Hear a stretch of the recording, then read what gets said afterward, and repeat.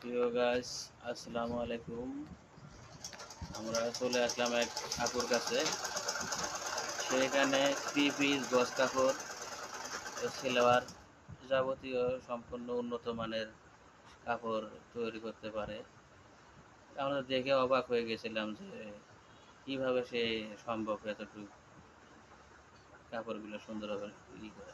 আচ্ছা আপু, আপনি কিভাবে এগুলো কাজ শিখলেন?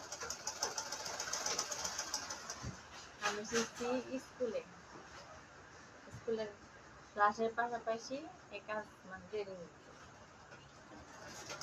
জি, জি। আচ্ছা, আপনার জামা একটা জামা বানাতে কত মিনিট সময় লাগতে পারে?